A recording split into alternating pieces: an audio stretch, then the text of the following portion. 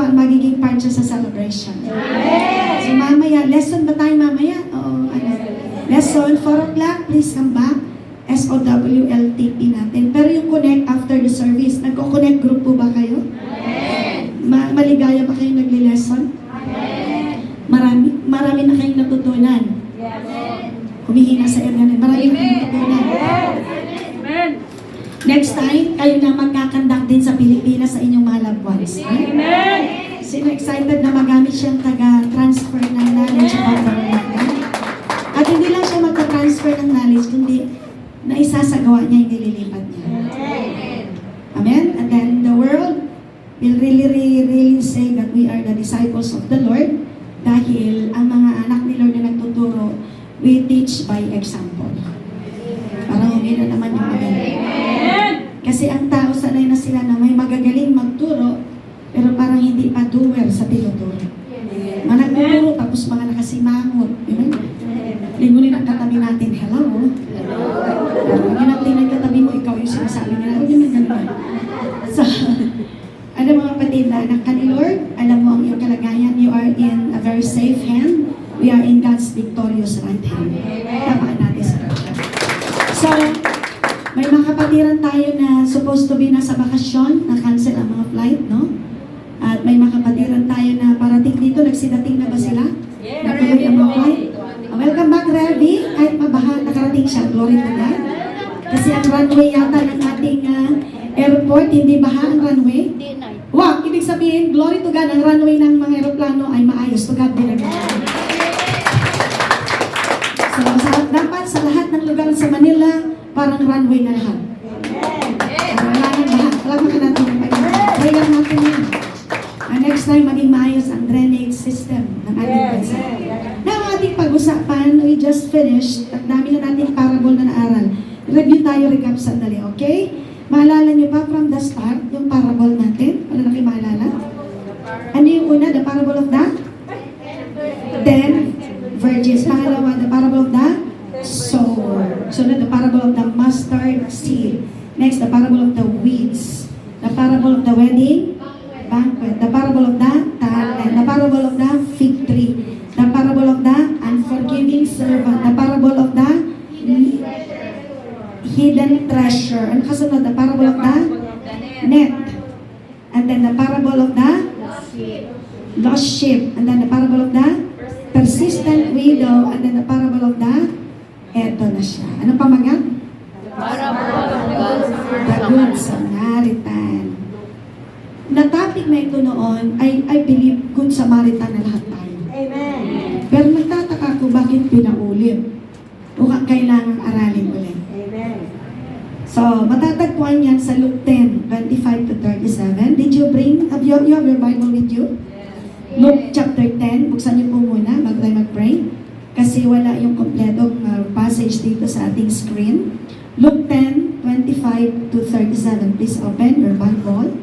In Luke chapter 10, verses 25 to 37. Mag-pray tayo, bago natin gawin. Ama namin, maraming pong salamat sa iyong pagpapala. Na ang word mo ngayon ay talagang, Lord, iyon na namang i-release. Ang liwanag ay tatanggapin at ang buhay ay aayos at mag-glorify ka at maingatan ang lahat sa aming buhay at anuman ang dapat maayos ay maging maayos. Thank you, Lord, for everything. In Jesus' name we pray. Amen. May I read now Luke 10, 25 to 37, the parable of the Good Samaritan. On one occasion, an expert in the law, anong meron? Expert in the law, sabihin lawyer ito. Amen? Stood up to test Jesus. So, isusubukin niya si Lord. Teacher, ano tawag niya kay Lord? Teacher. So, he asked, what must I do to inherit eternal life? Ang sagot ni Lord sa 26, what is written in the law? Ano nakasulat sa batas? He replied, how do you read it? He answered, love the Lord your God with all your heart, and with all your, and with all your, and with all your, and love your neighbor as yourself. 28, you have answered correctly, Jesus replied, do this and you will live. 29, but he wanted to justify himself. So he asked Jesus, "And who is my neighbor?" In reply, Jesus said, ito na yung parable. A man was going down from Jerusalem to Jericho. So from Jerusalem up to Jericho, down, south to Jericho. When he was attacked by robbers, they stripped him of his clothes, beat him, and went away, leaving him half dead. A priest happened to be going down the same road, and when he saw the man, he passed by on the other side. Nakita niyo, kapatid? Amen. Wala akong kausap dyan. Ba tayo? Amen. Verse 32 sa parables to 2, a Levite, when he came to the place and saw him, passed by on the other side. But a Samaritan. Sabi natin, but a Samaritan. Okay, ito. As he traveled, came where the man was, and when he saw him, he took pity on him. Anong una? Pity on him. He went to him and bandaged his wounds, pouring on oil and wine. Then he put the man on his own donkey, brought him to an inn, and took care of him. The next day, he took out 2 denarii, gave them to the innkeeper. Look after him, he said, and when I return, I will reimburse you for any extra expense you may have. 36. Nasabi ng parable. Ngayon, tinanong na ni Lord ang lawyer, ang galing sa batas ng Diyos. 36. Which of these 3 do you think was a neighbor to the man who fell into the hands of robbers? The expert in the law replied, the one who had mercy on him. Jesus told him, go and do like. Sabi natin, go and do likewise. Sabi sa tabi natin, go and do likewise. Change partner, sabihin, go and do likewise. This is the word of the Lord for all of us. If I study the Bible in context, ay aatras ako sandali. In chapter 10. Pag pumunta sa chapter 10, verse 1, bago verse 25, ang Panginoon natin ay nag-commission ng 72 na disciples niya para sila ay magamit niya. Amen? Amen, amen? Nagturo siya. So, ibig sabihin, marami nang nakapakinig at nagamit yung 72. Marami ba yung 72 na nag-serve? Amen. Talagang nakita nila na grabe, pag nag-human sila, ay may nangyayari talaga. Kaya, sabi nila, nakita namin, sabi ng 72, nag-submit ang lahat sa iyo, Lord, sa iyong pangalan. Sumunod ang mga espiritong masasama sa pangalan ni Jesus. Amen? Amen.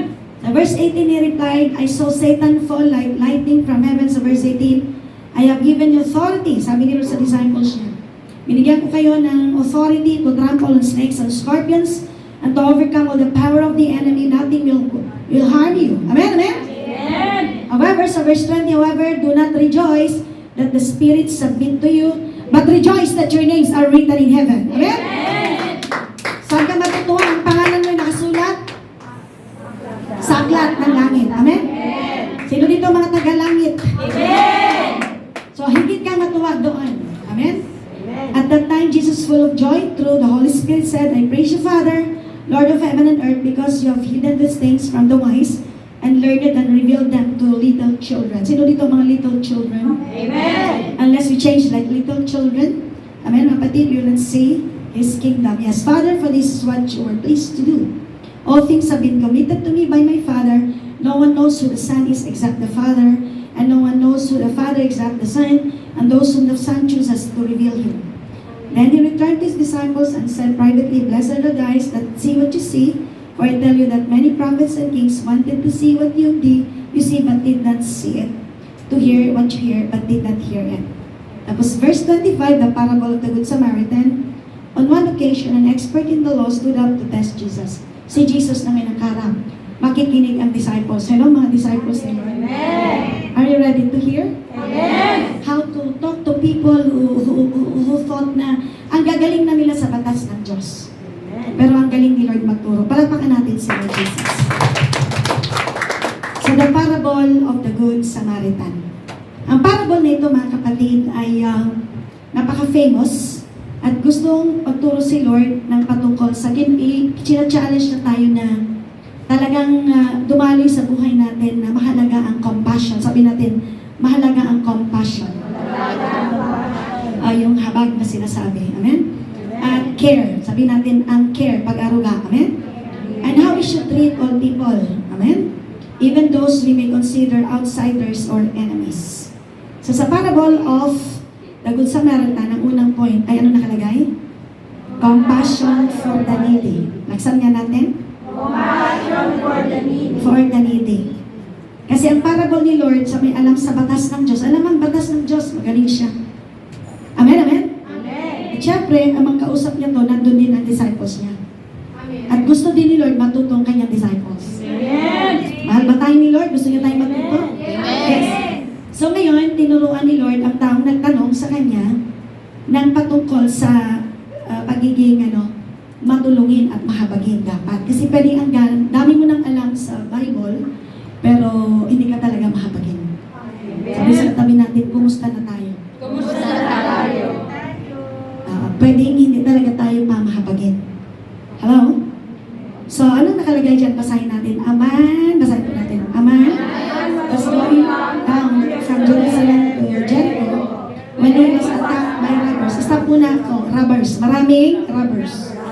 Okay, let's go. They stripped him of all his clothes, beat him, and went away, leaving him half dead. Talagang kinatay siya. Buti pala, praise the Lord, buhay pa siya. Sa parable na to. So, ang taong ito sa parable ay isang talagang desperate na siya. May need siya. Walang makakatulong. Pwede na siyang mamatay kung walang tutulong sa kanya. Kasi kung binugbog yan, pwede niya napatin ay mag-hemorrhage. Maubusan na ng dugo. May gusto po ba? Amen. Kasi binugbog siya at talagang halos patay na siya. Kaya kung walang tutulong sa kanya, pwedeng mamatay na siya. So, ang hina-highlight ni Lord dito na how easy it can be to pass by those who are suffering to ignore their plight. Kasi may tatlong klase ng tao na tumaan. Saan kaya tayo dito? Yung priest, no, nakita niya, may nakahandusay duguan. Imbis lapitan niya, priest ito ay nasa templo palagi. May kasabi ba ako? Amen. Talagang ito ay isang lingkod ni Lord. Sino mga lingkod ni Lord dito? Amen. Pero imbis na puntahan niya, kasi papunta din siya sa south, sa Jericho. Meron siyang trabaho bilang priest.